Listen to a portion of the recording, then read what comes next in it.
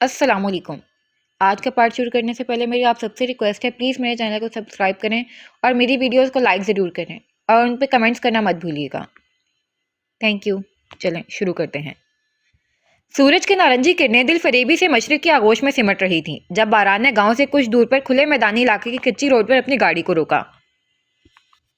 ہم یہاں کیوں رکے ہیں؟ میرال نے پہلو میں دیکھا، لیکن جواب دینے کے بجائے ڈور کھول کر باہر نکل گیا تھا۔ پھر اس کے جانب کا بھی دروازہ کھول کر بنا اس کی حیرانگی پریشانی کا اثر لیے اس کا ہاتھ ہمیں کھلے میدان میں چلا آیا تھا۔ یہ آپ کی ملکیت ہے اور آج سے آپ میرال بران عثمانی اس کی مالکن ہیں۔ کوٹ کے اندرونی جیب سے پیپرز نکال کر اس نے میرال کے ہاتھ پر ہاتھ رکھا۔ جی؟ جواباً میرال سا کا وہی نہ سمجھی والا جی حجم سے پھیلی آنکھوں کے ساتھ آیا تھا۔ جی۔ اس نے اس بات میں سر ہلاتے اس کی آنکھوں پر پھونک مارا تو وہ منہ بند کرتی سیدھی ہوئی۔ اس زمین پر پکی عمارت تیار ہوگی جس پر ہمارے علاقے کی مشہور دستکاری کا یعنی ہینڈ ایمبرائڈری کا کام ہوگا اور کاریگریں ہوگی یہاں کی عورتیں۔ میں نے ریسرچ کی ہے، شہر میں بہت ڈیمانڈ ہے اس کی۔ ابتدائی سرمایہ میں لگاؤں گا، بعد میں کاریگروں کی پے وغیرہ کے بعد جو پروفٹ بچے گا اسے ہم یہاں کی غریب لڑکیوں، بیوہ اور طلاق یافتہ عورتوں کی شادیوں کا خرچہ اٹھائیں گے۔ میں جانتا ہوں صرف بزنس کا پروفٹ کافی نہیں ہوگا، آف کورس میں اپنا بجٹ بھی لگاؤں گا، بٹ میں ایک ذریعہ بنانا چاہتا ہوں ان عورتوں کے لیے۔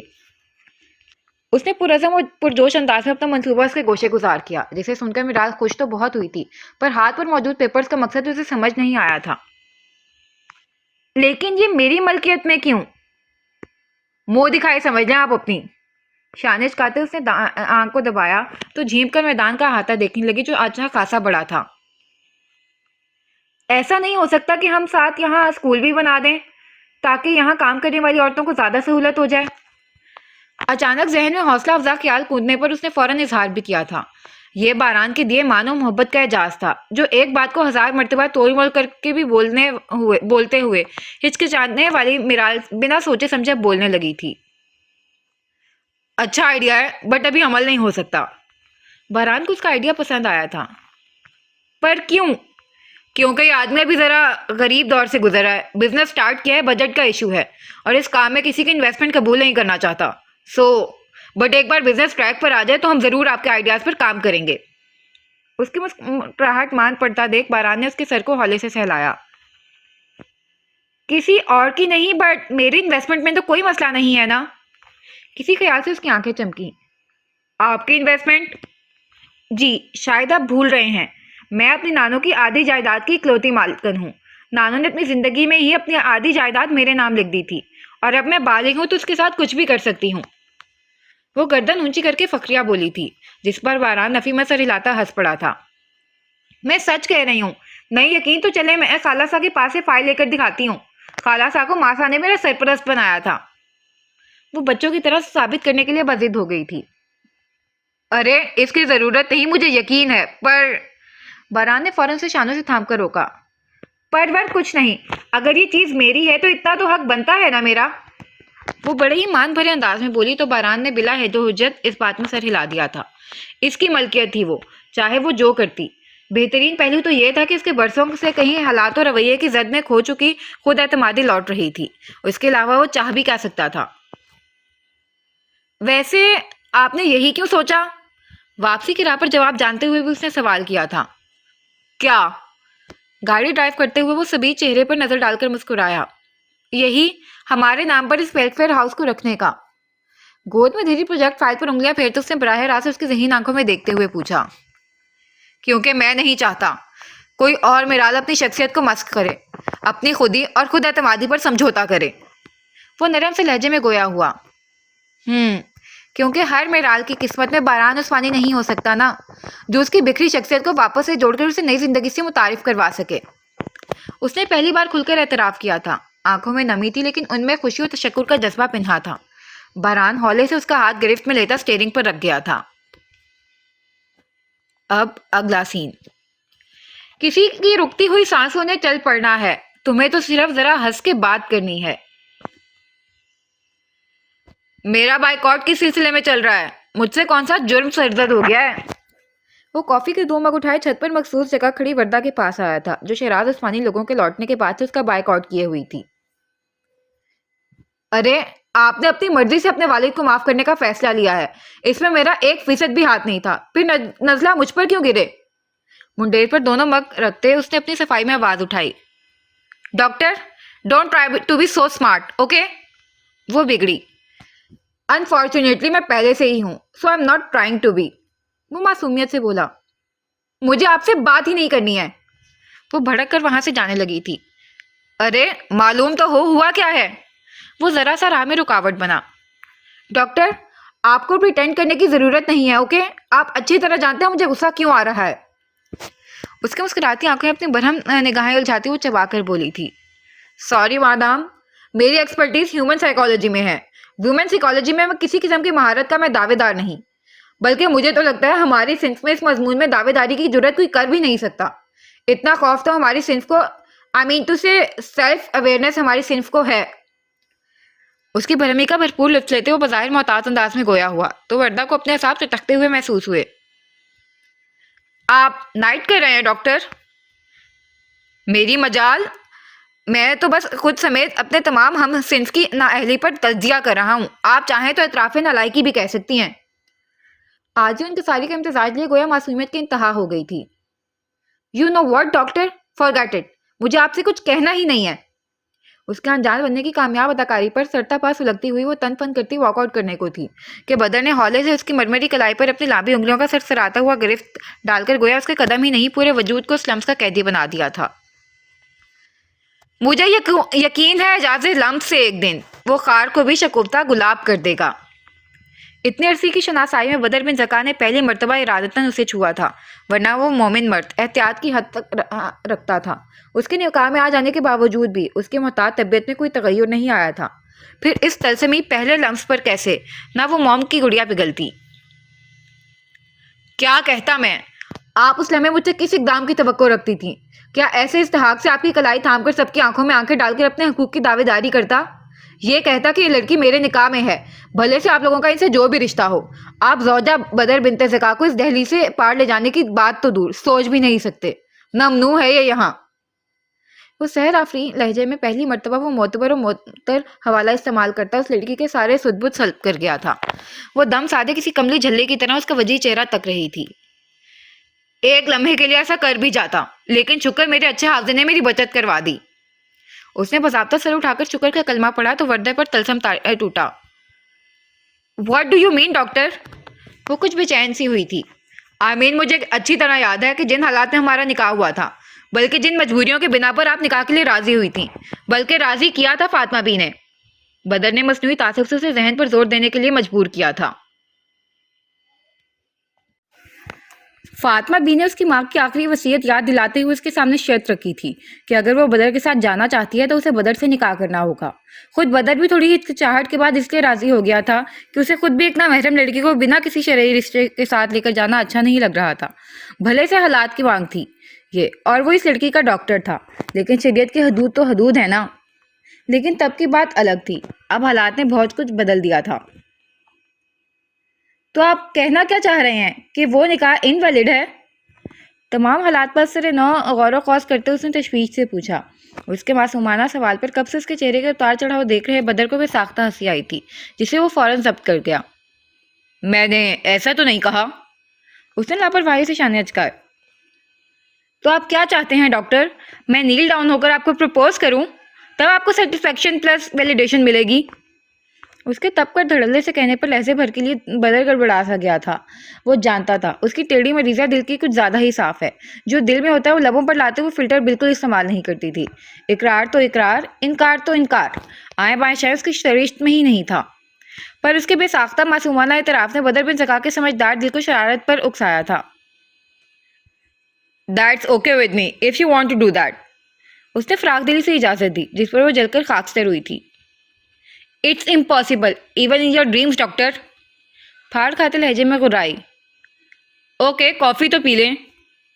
نہیں پینی مجھے آپ کی جیسی بدمزہ، بورنگ اور مینیپولیٹو کافی۔ وہ دھپ دھپ کرتی سیڑھیوں کی طرف بڑھ چکی تھی۔ اچھا، بات کر لیتے ہیں۔ نہیں کرنی مجھے آپ جیسے ڈاکٹر سے بات، میں جا رہی ہوں ابا سے بات کرنے۔ وہ جاتے ہوئے چلا کر بولی، ابا کے پوتے سے بات کرنے میں کوئی ٹیکس نہیں لگتا۔ آپ تو ایک عرصے سے ٹرائی کر رہی ہیں نا؟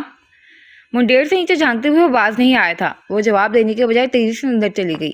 پیچھے بدر کا زندگی سے بھرپور کہکے نے اس کا دور تک تعاقب کیا تھا۔ مینیپولیٹو کافی، نائس نیم۔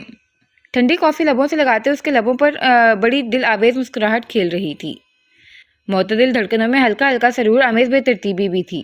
اور تو اور آج تو ڈاکٹر صاحب کی ذہین آنکھوں کی چمک بھی الگ ہی داستان سنا رہی تھی۔ اب اگلا سین۔ آپ کو یاد ہے حق مہر کی رسم کے وقت دی جان نے کہا تھا ہم آپ سے کوئی ایک چیز مانگ سکتے ہیں جس کے لیے آپ انکار نہیں کریں گے۔ آپ کو تا حیات کے لیے اس وعدے کا پابند رہنا ہوگا۔ وہ نہ سے اس سے یاد دہانی کراتی پوچھ رہی تھی۔ آپ حکم کریں تعمیل ہوگی، وعدے وہی جیسی بوسیدہ تعویلوں کی آپ کو کیا ضرورت؟ وہ وارفتگی سے بولا۔ سوچ لیں، ہم کچھ بہت قیمتی بھی مانگ سکتے ہیں۔ اس نے ڈرانا چاہا۔ میں اپنی جان کو بھی اتنا قیمتی نہیں سمجھتا کہ آپ کو انکار کر سکوں۔ اس کی مومی انگلیوں سے اپنی کوئی انگلیاں الجھاتا وہ فرفتہ انداز میں گویا ہوا تو اس کی آنکھوں کی سچائی پر ایمان لاتی کھلکھلائی، پھر ہولے سے اس کا ہاتھ اپنے نازک ہاتھوں میں لیتی گویا ہوئی۔ ہم چاہتے ہیں یہ ہاتھ صرف اس جہاں میں نہیں اس جہاں میں بھی ہمارے ہاتھوں میں ہو۔ ہم چاہتے ہیں آپ کہ ایک قدم پیچھے کھڑے ہو کر آپ کی امامت میں نماز ادا کریں، بارگاہ الہی میں شکر کے سجدے کریں، آپ کا ہاتھ تھام کر طواف کریں، غلاف کعبہ تھام کر دونوں جہاں میں آپ کا ساتھ مانگیں، آپ کے مضبوط حصار میں ہجرہ اسود کا بوسہ لیں، مدینے کی گلیوں میں ننگے پیر چلیں، روضہ اقدس پر درود و سلام بھیجیں، اور بھی بہت کچھ۔ پوری کریں گے ہماری خواہشات کی اتنی لمبی فہرست؟ ایک جذب کے عالم میں جاگتی آنکھوں سے اپنے خواب میں کھوئی وہ اسے فرمائش کرتی ہوئی اس قدر حسین لگ رہی تھی کہ وہ جان مانگ لیتی تو وہ ہنس کر دے دیتا۔ پھر یہ سب تو ساتھ جینے کی خواہشیں تھیں۔ پھر اس کی پاکیزہ صحبت میں رہتے اس کے نورانی وجود کو محسوس کرتے۔ ویسے ہی دل پر ہزاروں ضرب لگی ہوئی تھی۔ یہ آخری ضرب کاری ثابت ہوئی تھی اور اب وہ فجر کی نماز میں اسے ایک قدم آگے کھڑا امامت کرا رہا تھا اور وہ اس کے پیچھے مسرور سی خشوع و خضوع سے رکوع و سجود کا لطف لے رہی تھی۔ لگن سچی ہو تو منزل مل ہی جاتی ہے۔ آزمائش کٹھن ہوتی ہے لیکن توکل کا سہارا ڈگمگانے نہیں دیتا۔ وہ کل رب کی رضا میں بنا تقدیر کو کوسے راضی ہوئی تھی۔ آج رب نے اسی فیصلے کو عین اس کی خواہش میں ڈھال دیا تھا۔ نادان بندے، تو اس رب کا تو ہو کر دیکھ، سب تیرا ہو جائے گا۔ تسبیح فاطمہ پڑھتے ہوئے اپنے مقابل بیٹھے لمبے چوڑے مرد کے نورانی چہرے کو دیکھتے ہوئے ایسے بہت سے جملے اس کے ذہن میں گردش کر رہے تھے۔ دعا سے فارغ ہو کر وہ اٹھنے لگی تھی کہ دلاور ہولے سے اس کی گود میں سر رکھ کر جائے نماز پر ہی دراز ہو گیا تو وہ مسکراتی ہوئی ہولے ہولے اس کا سر دبانے لگی تھی۔ گوشہ نشی شخص تیری ہر جھلک کی خیر، عالم ترس رہے ہیں انہیں جہاد دکھائی دے، لہجہ حسین شخص کا منظر سے کم نہیں، قصہ کرے بیاں توقسا دکھائی دے۔ آپ جانتی ہیں آپ سراپائے سکون ہیں۔ نہ صرف اس کی زبان بلکہ اس کے وجود کا انگ انگ اس کے ذہنی و قلبی سکون کا اعتراف کر رہا تھا۔ ہم فقط آپ کے سکون کا ذریعہ ہیں، سکون دینے والی ذات تو ازل سے آپ کے دل میں رہتی ہے۔ وہ ہولے سے مسکرائی تو دلاور کو لگا اس کی پوری کائنات مسکرا رہی ہے۔ ویسے ایک بات تو بتائیں۔ اس نے اس کا ہاتھ لے کر اپنے دل کے مقام پر رکھا۔ میں تو آپ سے پہلے دن ہی نماز روزہ دین و دنیا پر لمبے چوڑے لیکچر کی توقع کر رہا تھا، گناہ ثواب جنت دوزخ پر نہ تمام دلیلیں، لیکن آپ نے بالکل سب کے برعکس کیوں کیا؟ کیا آپ کو خوف خدا نہیں تھا؟ آخر دین تو کہتا ہے نا اوروں کی بھی خیر کی دعوت دو۔ پھر میں تو آپ کا شوہر تھا۔ روز اول سے دماغ میں کل بلا رہے سوال کو آج اس نے زبان دے ہی دی تھی۔ اس کی شہرت کے پیش نظر اس نے یہی سب حاجی حکیم کی دیکھو پارسا پوتی سے بھی توقع کیا تھا، کیونکہ ہم ایک نامور حکیم کی پوتی اور شاگردہ ہیں۔ ہم جانتے ہیں نصیحت وہ دوا ہے جو صحیح وقت اور مقدار میں نہ دی جائے تو نہ صرف الٹا اثر کرتی ہے بلکہ زہر سے زیادہ خطرناک بھی ہو جاتی ہے۔ اس کے متانت بھرے جواب پر وہ اشش کر اٹھا تھا۔ ویسے اب آپ کو کیوں لگا کہ صحیح وقت ہے؟ وہ جانتا تھا جواب لاجواب کرنے والا آئے گا، تبھی دلچسپی سے پوچھا۔ اب آپ بھول رہے ہیں کہ ہم ایک باکمال سائیکالوجسٹ کی بہن اور شاگردہ بھی ہیں۔ اس کے مسکراتے جواب پر اب کے دلاور کا زندگی سے بھرپور کہکا پورے کمرے میں گونجا تھا، جس میں مقدس کی دھیمی ہنسی بھی شامل تھی۔ پھر باہر سے مترا کی چنگاڑ بلند ہوئی تو نفی مسر علاقہ بمشکل اس کے سبھی چہرے سے نظر اٹھاتا ہوا اٹھ کر بیٹھا تھا۔ دلاور کے واپس کاٹیج شفٹ ہونے کی ضد کی توڑ پر داجی نے اس کے عزیز دوست مترا صاحب کو حویلی کے اگوی لان میں رہائش دے دی تھی، پر موصوف کا وہاں تنہا دل نہیں لگ رہا تھا۔ خود دلاور کا بھی حویلی میں کچھ خاص رکنے کا موڈ نہیں تھا، لیکن کچھ دن تک وہ یہاں تھا تو مترا کو لے آیا تھا۔ اس کے بغیر بھلا اس کا گزارا کہاں ممکن تھا؟ اور مترا صاحب تھے کہ اپنی بوریت دور کرنے کے لیے ہر 2 گھنٹے بعد گلا پھاڑ پھاڑ کے دلاور کو بلا لیتے تھے۔ ابھی بھی اس کی پکار پر وہ جانے کے لیے تیار ہوا تھا، پھر جائے نماز طے کر ہی مقدس کی طرف مڑا۔ آپ بھی ساتھ چلیں؟ اس نے ہاتھ بڑھایا، جسے بنا ایک سیکنڈ ضائع کیے وہ تھام گئی تھی۔ اس نے ہاتھ بڑھایا تھا مطلب وہاں کا ماحول اس کے شایان شان تھا۔ اب اگلا سین۔ باد نسیم کے جھونکوں سے محظوظ ہوتے ہوئے وہ مترا کی فصیح پیٹ پر آرام سے براجمان تھا، جیسے اس کا شاہی تخت ہو، اور مقدس وہیں شبنمی ٹھنڈی گھاس پر ننگے پاؤں چہل قدمی کر رہی تھی۔ اوائل صبح کا منظر، شبنم میں نہائے پھول پتیاں ذہن و دل کو تر و تازہ کر رہی تھیں۔ شہباز کے ابا کا دماغ درست ہو جائے پھر اپنے گھر واپس چلے جائیں گے، تب تو کھانا کھا لے گا نا۔ کون سا میں شوقیہ یہاں رہ رہا ہوں جو تو بھوک ہڑتال کر بیٹھ گیا ہے؟ حد ہوتی ہے نخرے دکھانے کی بھی۔ کیلے اور کٹہل کے ساتھ دیگر شہنشاہ صاحب کے پسندیدہ لوازمات کا جوں کا توں وہاں پڑا دیکھ دلاور نے اسے ڈپٹا۔ جواباً مترا، جو لاڈ اٹھوانے کے موڈ میں تھا، جھاڑ پلائے جانے پر سونڈ اٹھا کر اس کی گردن سے نکال کر لے گیا۔ اچھا بس، زیادہ نخرے نہیں کر، یہ لے کھا لے، آج پنچایت کو بھگتا لو پھر گھر چلیں گے۔ پچکارنے کے انداز میں اس نے 2 کیلے اٹھا کر وہیں سے بڑھائے، جس پر بجائے سونڈ آگے کرنے کے وہ ناراض بچے کی طرح سونڈ سامنے پھیلاتا اس پر منہ ڈال کر آنکھیں موند گیا، جیسے اسے دلاور کی زبردستی والی فکر پسند نہ آئی ہو۔ مت کھاؤ، بھوکے رہو، مجھے کیا؟ کیلا ایک طرف اچھالتا وہ بھی سینے پر بازو باندھ کر رخ موڑ گیا۔ 3 دن سے کسی 3 سالہ بچے کی طرح مترا صاحب کے ناز اٹھا اٹھا کر وہ بھی عاجز آ چکا تھا۔ کیا ہوا؟ یہ ناراض کیوں ہو گئے؟ دونوں کو مذاکرات کے بعد پیٹھ دکھا کر بیٹھ جانے پر مقدس قریب آئی تھی۔ ہونا کیا ہے، موصوف کو کھانا نہیں کھانا، دھرنے پر بیٹھنا ہے، جیسے اس سارے گھڑاک میں تو میں شوقیہ پڑا ہوں نا۔ وہ باوجود سب کے سمجھانے کے ہنوز داجی کے فیصلے پر پوری طرح راضی نہیں تھا، اور آج پنچایت میں بحیثیت سردار اسے اخلاق حسین کے معاملے کا فیصلہ لینا تھا، جس کی وجہ سے وہ ذہنی طور پر ڈسٹرب تھا۔ سب اچھا ہوگا، اچھی امید رکھیں، داجی نے آپ پر بھروسہ کیا ہے تو لازمی ان کی جہاں دیدہ آنکھوں نے آپ میں وہ خوبی دیکھی ہوگی۔ اس نے حوصلہ بندھانا چاہا۔ جی، انتقام لینا چاہتے ہوں گے وہ تنک کر بولا۔ جو بھی ہو، آپ اپنا غصہ اس معصوم پر تو نہیں نکالیں۔ اس کے معصوم کہنے پر جہاں دلاور کو جھٹکا لگا تھا، وہیں شہنشاہ نے معصومیت کا ثبوت دیتے سر اٹھا کر اسے دیکھا تھا۔ مقدس نے پاس پڑا کیلا اٹھا کے مسکراتے اس کی جانب بڑھایا تو سیکنڈ ضائع کیے بغیر شہنشاہ نے سونڈ آگے کرتے منہ میں ڈالا تھا، جس پر دلاور کو شدید صدمہ پہنچا۔ لیکن پھر یہ سلسلہ رکا نہیں، وہ جو کھلاتی گئی وہ شرافت سے کھاتے گئے۔ یہی چیزیں 2 دن سے دلاور منتیں ترلے کر کے کر رہا تھا، تب بھی نخرے نور جہاں ختم نہیں ہو رہے تھے۔ اسے سخت آیا تھا اس کی طوطا چشمی پر۔ اب بس کر دیں، زیادہ ٹھوس گیا تو پھر چلا نہیں جائے گا اسے۔ شہنشاہ کی تو نہیں، لیکن اس محبت کے مظاہرے کو دیکھ دیکھ اس کی بس ہو گئی تھی۔ انہیں بھوک ہے تو کھانے دینا۔ بس بس، زیادہ کھا لیا تو پھر اسے چلا نہیں جائے گا، یوں ابھی بھی طبیعت سنبھلی ہے اس کی، جتنے احتیاط کرے بہتر ہے۔ جیلسی بڑھی تو اس نے خود مقدس کے ہاتھ سے کیلا لے کر سائڈ پر رکھ دیا، جس پر شہنشاہ نے ٹھیک ٹھاک گھوری سے نوازا تھا، جیسے کہہ رہا ہو جیلس مخلوق کہیں کا۔ سمجھ کر وہ انجان بنا۔ مقدس واپس چہل قدمی کے لیے چلی گئی۔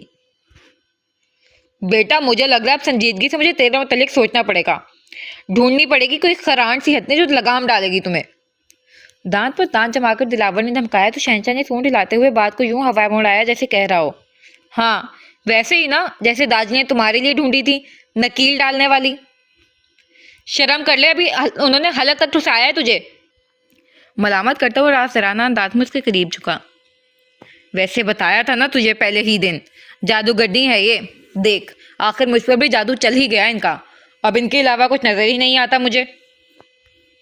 مصنوعی متفکر انداز میں اس نے اپنے بچپن کے ہمراز کے آگے کھلا اعتراف کیا تھا، جو موصوف کو اصولاً اپنی زوجہ سے کرنا چاہیے تھا۔ جواباً شہنشاہ نے اسے یوں تعصب زدہ نگاہوں سے دیکھا جیسے کہہ رہا ہو، بیٹا شکر ادا کر تجھے حسین پری جیسی جادوگرنی مل گئی جس نے تیرا قبلہ درست کر دیا، ورنہ کہاں تجھ جیسے جنگی کو انسان کی بچی ملنی تھی۔ انسان کتا پالے مگر اتنا کمینہ دوست نہ پالے۔ شہنشاہ کے غیر جانبدارانہ تجزیے پر وہ کلس کر رہ گیا تھا۔ اب اگلا سین۔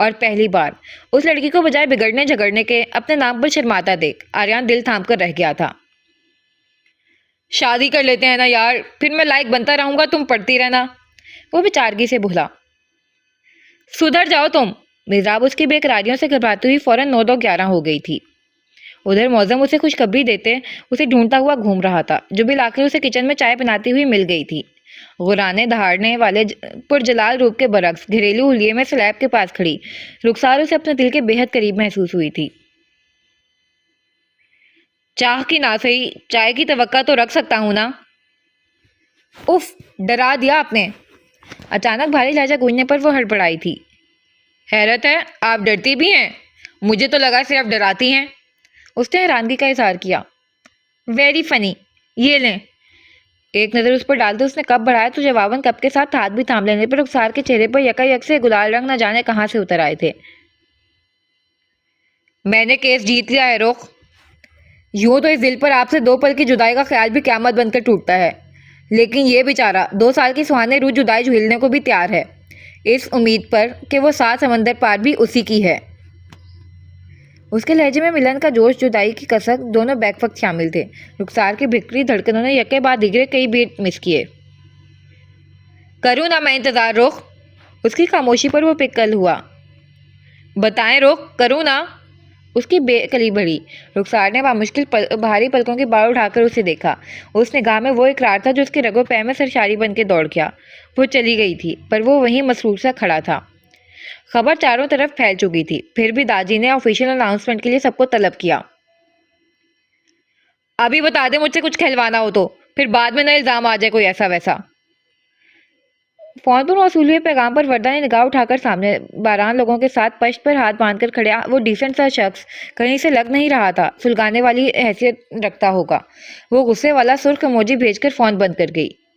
نیچے کی محفل سے ذرا دور اوپری منزل کی بالکنی میں دلاور کے ساتھ کھڑی مسکرا رہی مقدس مطمئن نگاہ سب سے گزار رہی تھی۔ اس دوران اس نے ان چہروں کو قطعی نظر انداز کر دیا تھا جو اس خوشگوار فضا کا حصہ جبرن بنے ہوئے تھے۔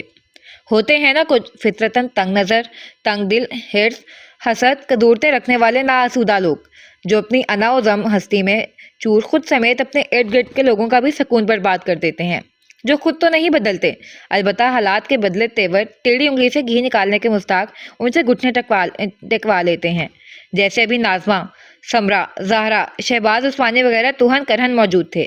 داجی کے خوف سے اتنے جتن کیے تو انہوں نے سب ڈائیگاں گیا تھا۔ انہیں شکست کسی اور نے نہیں، ان کی اولاد کی اعلیٰ ظرفی نے دی تھی۔ ان کی سزا یہی تھی کہ وہ کرتے رہتے۔ اب تو ناظمہ عثمانی کے پاس حویلی کی باغ دوڑ بھی نہیں رہی تھی۔ چونکا سرداری دلاور کو ملی تھی تو اصول کے مطابق حویلی کی ذمہ داری مقدس کے ذمہ آنی تھی، پر اس نے سہولت سے یہ ذمہ داری رضوانہ بیگم کو دے دی تھی کہ ابھی وہ خود کو اس قابل نہیں سمجھتی تھی۔ دوسرا دلاور جب تک حویلی مستقل طور پر منتقل نہیں ہوتا تھا یہ ناممکن تھا۔ وہ قناعت پسند خاتون ہنوز انکاری تھی، پر ان کا حق انہیں مل کر رہا تھا۔ کیا سوچ رہی ہیں؟ دلاور نے ہولے کا شانہ ہلایا تو وہ ناآسودہ خیالوں کو جھٹکتی حلاوت سے مسکرائی۔ سوچ رہے ہیں، محسوس کیا جائے تو زندگی بے حد خوبصورت اور مہربان ہے نا؟ مطلب آپ زندگی ہیں؟ اس کا برجستہ جملہ ہی کچھ ایسا تھا کہ وہ جھینپ کر ہنس پڑی۔ دلاور نے نرمی سے اس کے شانے پر بازو پھیلاتے اس کے سر کا بوسہ لیا تھا۔ دفتن اگبی لان سے شہنشاہ صاحب کی بلند چنگاڑ ابھری۔ اس کا پکا انتظام اب لازم ہو گیا ہے۔ وہ منہ بسور کر لبیک کہتا مقدس کا ہاتھ تھامے اپنے یار کو کمپنی دینے چلا گیا تھا۔ تیرا زمین پر چلنا مجھے پسند نہیں، ذرا ٹھہر، میں دل و جاں کی صف بچھاتا ہوں۔ تمام علم کی روح رواں محبت ہے، یہی پڑھا ہے ہمیشہ، یہی پڑھاتا ہوں۔ پس منظر بات پس منظر پر کی جائے تو کئی پہلوؤں کو اٹھانے کی مصنفہ نے کوشش کی ہے، جن میں بیواؤں کی زندگی کی مشکلات، ان کے متعلق ہمارے معاشرے کی تنگ نظر سوچ و خیالات پر انہوں نے حتی الامکان روشنی ڈالنے کی کوشش کی ہے۔ اور دوسرا بڑا پہلو تھا تربیت۔ بچوں کی تربیت صرف والدین یا بزرگ جو زبان سے سمجھا کے یا ڈانٹ کر کرتے ہیں وہی نہیں ہوتی۔ بچوں کی تربیت آپ کا ماحول بھی کرتا ہے، ان کی تربیت آپ کا گھر اور باہر والوں کے ساتھ اپنایا گیا رویہ و انداز بھی کرتا ہے، مختلف موقعوں پر ادا کیے گئے الفاظ و کردار بھی کرتے ہیں، کیونکہ بچوں کی سائیکالوجی ہم سے کئی گنا زیادہ حساس ہوتی ہے۔ وہ دیکھ کر 80% سیکھتے ہیں اور زبان سے کچھ 20%۔ اور کہانی میں آپ نے تربیت کے 3 اہم پہلو دیکھے ہیں، داجی اور دی جان۔ یہ ایک مثالی کپل تھے، انہوں نے ایک مثالی قابل فخر ازدواجی زندگی گزاری جس میں محبت، عزت، اعتبار، مان سب کچھ تھا۔ لیکن ان کے بچوں میں سارے اوصاف آ کر بھی نہیں آ سکے کیونکہ وہ اپنے رویے میں اعتدال نہ رکھ سکے۔ انہوں نے جب محبت دی تو اتنی کہ شہراز عثمانی کو غلطی نہیں لگی، اور جب سزا دی تو ایسی کہ وہ تاب نہ لاتے بکھرتے چلے گئے، اور اس قدر انہیں تنہا کر دیا کہ پھر سڑک چلتا بھی ان پر رقیق الزام کے پتھر اچھال کر نکلتا چلا گیا، کبھی ہاتھ کا چھالا بنایا تو کبھی ذات کا ناسور۔ اور یہ عدم اعتدالی نے شدید نرمی و سختی نے شہراز عثمانی کی شخصیت کو ایسا توڑا کہ پھر ان سے جڑا کوئی وجود آسودہ نہ رہ سکا۔ یہی بد اعتدالی وجہ بنی جو ان کے بچوں میں آپس میں نا اتفاق پیدا ہوتا چلا گیا، خلیج میں بدل گئی۔ شہراز عثمانی اور رضوانہ یہ ایک دوسرے کے غمگسار بنے، سہارا بنے، ایک دوسرے کے سچے ساتھی کی طرح سنبھالا، لیکن یہ اپنے بچوں کو سنبھال نہیں سکے، ان کے غم کی دوا نہیں کر سکے۔ خود سر جھکایا تو جھکایا، اپنے بچوں کو بھی جبراً اپنے دکھوں کے دیار میں گھسیٹ کر ان کی شخصیت کو تار کر انہیں باغی بنا دیا۔ یہ چاہتے تو اپنی شخصیت کی دڑاڑ کو اپنے بچوں سے محفوظ رکھ ایک آسودہ زندگی گزار سکتے تھے، انہیں اپنی ذات کا اعتماد سونپ سکتے تھے، لیکن انہوں نے حالات پر سمجھوتا کر لیا، اور یوں ان کی بزدلی اور بے بسی نے ان کے بچوں کی تربیت کی، اور وہ بچے کبھی اپنے والدین پر اعتبار نہیں کر سکے۔ حاجی حکیم، انہوں نے جوان بیٹے کی موت پر بجائے ہار کر کنارہ کشی اختیار کرنے کے ہمت و حوصلہ سے کام لیتے ہوئے مرحوم بیٹے کی دونوں اولاد کو سمیٹا، عمدہ خطوط پر انہیں دین و دنیا کی تعلیمات سے برابر مالا مال کیا، انہیں مضبوط بنایا، پر اعتماد بنایا، جہاں ضرورت پڑی اپنا کردار نبھایا، کبھی دوست کا، کبھی استاد کا، کبھی والدین کا تو کبھی دادا کا، وہ کہیں نہیں چوکے، یوں بنا ماں باپ کے سائے کے بھی پروان چڑھے۔ مقدس اور بدر کی شخصیت کہیں کوئی حسرت اور تشنگی کی دراڑ نہیں پڑنے دی، اور ان کی عمدہ تربیت کا ہی نتیجہ تھا کہ آگے جا کر دونوں بہن بھائی ٹوٹے دلوں مسخ شخصیت والے دلاور اور وردہ کا سہارا اور مسیحا بنے، انہیں زندگی کی طرف لانے میں کامیاب ہوئے۔ مجموعی طور پر نقطہ نظر یہی تھا کہ جب آپ ایک بچے کی تربیت کرتے ہیں تو بہت سی باریکیوں کا خیال رکھنا پڑتا ہے، بہت سی چیزوں کو درگزر کرنا پڑتا ہے، بہت سی نئی چیزوں کو اپنانا پڑتا ہے، بہت محتاط رہنا پڑتا ہے، کیونکہ آپ صرف ایک بچہ نہیں، اپنی نسل کو تربیت دے رہے ہوتے ہیں۔ اگر آپ کا بچہ کسی ٹراما سے گزرا ہے بچپن میں تو شعوری کوشش کریں وہ آپ کے بچے کے ساتھ نہ ہو، نہ کہ مجھے میری ماں نے تھپڑ مار کر سکھایا تو میں بھی وہی کروں گا۔ اپنی نسل میں وہ کڑواہٹ مت منتقل کریں جیسا کہ اخلاق حسین کے والد نے کیا تھا۔ کسی بدصورت حالات سے گزرے ہیں یا گزر رہے ہیں تو کوشش کریں کہ آپ اپنے بچے کے لیے سپر مین ہٹ رہیں، نہ کہ شہراز عثمانی کی طرح اپنی شخصیت کی دلاڑیں اپنے بچوں میں منتقل کریں، کیونکہ ہر شخص اتنا خوش نصیب نہیں ہوتا کہ مقدس اور وردہ جیسے کردار سے ٹکرا جائے۔ کوشش کریں کہ اپنے بچوں کو سادہ بچپن دینے کی، اگر کسی ناسودہ تجربے سے گزرے بھی ہیں تو کوشش کریں اس کا برعکس بچوں پر نہ گزرے۔ اکثر دیکھا گیا ہے کہ کم عقل والدین اپنی ناسودگیوں، محرومیوں، ناکامیوں کا بدلہ شعوری یا لاشعوری طور پر اپنے بچوں سے لے کر کس حص کو تسکین پہنچانا چاہتے ہیں۔ خیر، بس یہی ادنا سی کوشش تھی۔ ختم شد۔ آج یہ ناول سن سائیاں بائی جے نلکھت ختم ہوا۔ امید ہے آپ کو یہ پسند آیا ہوگا۔ اگر آپ کوئی اور ناول سننا چاہتے ہیں تو پلیز کمنٹ کریں، اور میری ویڈیوز کو لائک اور ان پہ کمنٹ کرنا مت بھولیے گا، اور پلیز میرے چینل کو ضرور سبسکرائب کر دیجیے گا۔ شکریہ۔ اللہ حافظ۔